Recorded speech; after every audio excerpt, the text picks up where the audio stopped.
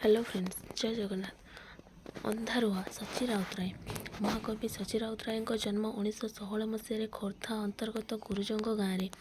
ओडिया साहित्यर अत्याधुनिक प्रवर्तक सची राउतरायଙ୍କ लेखनी प्राय 75 वर्ष धरी सक्रिय थिला। तांको जनतार कवि बोली कुहाଯାଏ।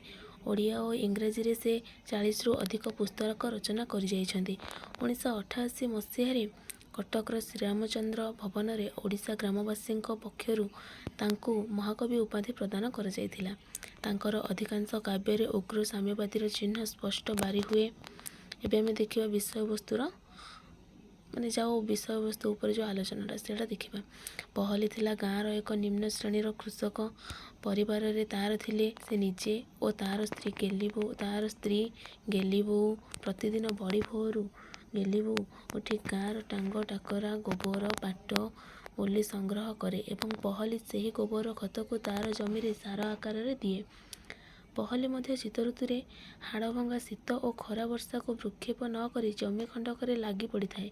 किछि दिन पर जमी रे धान गछ खूब सुंदर भाव में बढ़ी जमी रे धान पेंडा झुलिबाकू लागिला।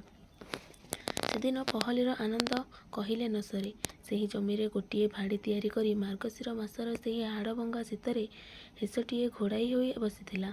से देखिला चतुष्पद प्राणी जमीर मझिरे पशि धान गछ गुड़ी को चकटी दे चारिआडे माड़ी पकाउछि। से गोटिए बाउंस ठेंगा धरी जंतुटिके खोजिला किंतु चारिपाद प्राणी दौड़ी पलाइबा पर गोटिए खाल थिबा जानी आगकू न जाई पछकू फेरी आसिला।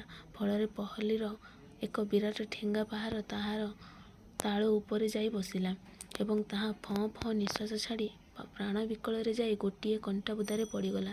सेठारे उक्त पशुटीर प्राणवायु उड़ीगला। पहली जानिला जे यह एक कला रंगर प्राणी वन्य प्राणी। यापर से आसी पुणी शोईथिबा अवस्था से देखिला एक विराट काय कृष्ण रंगर पशुर शव भूमि उपरे पड़ी एवं तार चतुर्पार्श्व काऊ और शागुणा बेढ़ी रही।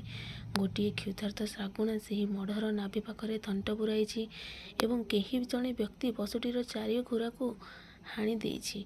उक्त स्वप्न पहली मनरे एक विराट प्रतिक्रिया सृष्टि कला। से हृदयंगम करि पारिला से गोहत्या करिछि ताहाको प्रायश्चित करबाकू पड़िबो।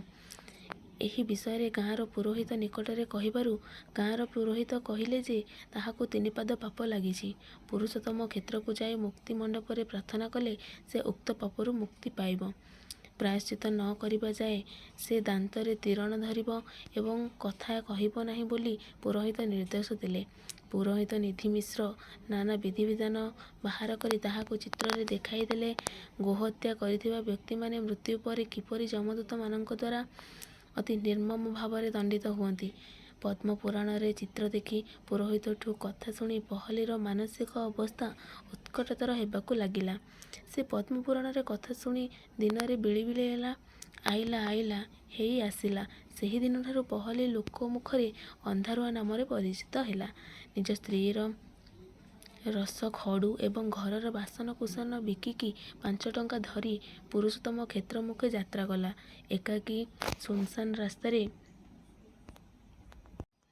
जाउथिला बेले गोहत्या पाप विषय चिंता करुथाए। तार गाँवर रामागौड़ गोहत्या करी शेषरे किपरि मृत्युवरण कला सही विषय मने पड़ी निज पाए एक दारुण भय सृष्टि कला। धीरे धीरे से जाई पुरुषोत्तम क्षेत्र रे पहुँचिला एवं से सेठारे बड़ ठाकुरंको नाम जपिबाकू लागिला। फल से क्रमश पापरु मुक्ति लाभ करिवार अनुभव कला।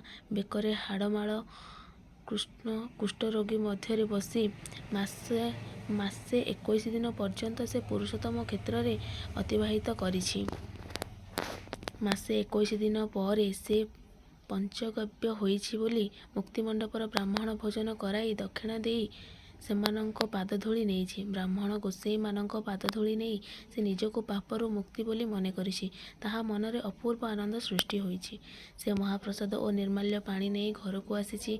हेले घर को आसी घरर अवस्था देखी तार सबु ସୁଖ ଚାଲିଯାଇଛି। ଘରେ 15 ଦିନ ହେଲା ଚାଉଳ ନାହିଁ।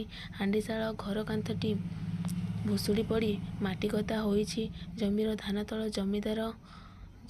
ଧାନତକ ଜମିଦାର ତାର ଗତ ବର୍ଷର ଖଜଣା ଭାବରେ ନେଇଯାଇଛନ୍ତି। ହାଣ୍ଡିଶାଳ ଘରର ହାଣ୍ଡି କୁଣ୍ଡି 2 ଖଣ୍ଡ କାନ୍ଥ ଭୁଷୁଡ଼ି ପଡ଼ି ଭାଙ୍ଗି ଯାଇଛି। ବନ୍ଧାଛନ୍ଦା ବିକାବିକି କରି ଚଳିବା ପାଇଁ ମଧ୍ୟ ଆଉ କିଛି ନାହିଁ। ସେହିଦିନ ରାତିରେ ସେ ଆଣିଥିବା ମହାପ୍ରସାଦକୁ ଖାଇ 2 ପ୍ରାଣୀ କଟାଇ ଦେଇଛନ୍ତି। ପହଲି ଗ୍ରାମକୁ ଫେରିଆସିବା ଖବର ଶୁଣି ଗାଁର ବ୍ରାହ୍ମଣମାନେ ତା ନିକଟକୁ ଧାଇଁ ଆସି କହିଲେ ବ୍ରାହ୍ମଣ ଭୋଜନ ଦେବା ପାଇଁ ଏବଂ ବ୍ରାହ୍ମଣ ଶୁଦ୍ଧ ନ କଲେ ଗୋହତ୍ୟା ପାପରୁ ମୁକ୍ତି ନାହିଁ ବୋଲି କହିଲେ।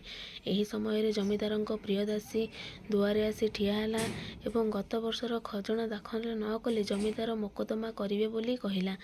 ଗାଁର ଜାତି ଭାଇମାନେ ଗାଁର ଜାତିଭେଦା ଦେଇ ଶୁଦ୍ଧି ହେବାକୁ ବାଧ୍ୟ କଲେ, କିନ୍ତୁ ଏହି ସମସ୍ତ ଖର୍ଚ୍ଚ ମେଣ୍ଟାଇବାକୁ ସେ ସକ୍ଷମ ହେଲା ନାହିଁ। ସେ ମୂଲ ଲାଗି କିଛି ରୋଜଗାର କରିବା ପାଇଁ ବାହାରିଲା, ମାତ୍ର କୌଣସି କାର୍ଯ୍ୟ ନ ପାଇ ନିରାଶାରେ ଘରକୁ ଫେରିଲା। ସେ ମୂଲ ଲାଗିଛି ରୋଜଗାର କରିବା ପାଇଁ ବାହାରିଲା, ମାତ୍ର କୌଣସି କାର୍ଯ୍ୟ ନ ପାଇ ନିରାଶାରେ ଘରକୁ ଫେରିଲା। ଜାତିଭେଦା ନ ଦେବାରୁ ଗାଁ ଲୋକେମାନେ ଘୃଣା କରିବାକୁ ଲାଗିଲେ। ପରିଶେଷରେ ସେମାନେ ତାକୁ ଏକଘରକିଆ କରିଦେଇ ଗାଁର ଧୋବା ପାଣି ନିଆଁ ମନା କରିଦେଲେ। ପହଲି ଉପାୟ ଶୂନ୍ୟ ହୋଇ ଗେଲିବୋଉକୁ ତା ବାପା ଘରେ ନେଇ ଛାଡ଼ିଦେଲା।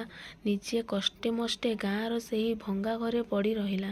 ଗାଁ ଲୋକର ଘୃଣାର ସମ୍ମୁଖ ହୋଇ ତାର ମାନସିକ ଅବସ୍ଥା ଖରାପ ହେଲା ଏବଂ ସେ ପାଗଳ ହୋଇଗଲା। ଗାଁର ଏକ ପାହାଡ଼ ଉପରେ ବସିଥିଲା। ତାପରେ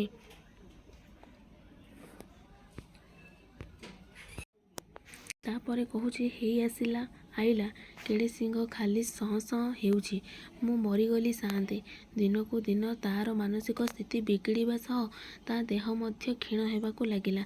ସେ ସେହି ପାହାଡ଼ ଉପରେ ବସି ତଳକୁ ଚାହିଁଲା, ଦେଖିଲା ରାମାଗୌଡ଼ର ଶବ ପଡ଼ିଛି ଏବଂ ଚିଡ଼ିଚିଡ଼େଇ ଗୋଟିଏ ମୁନିଆ ପଥର ଉପରେ ପଡ଼ିଗଲା।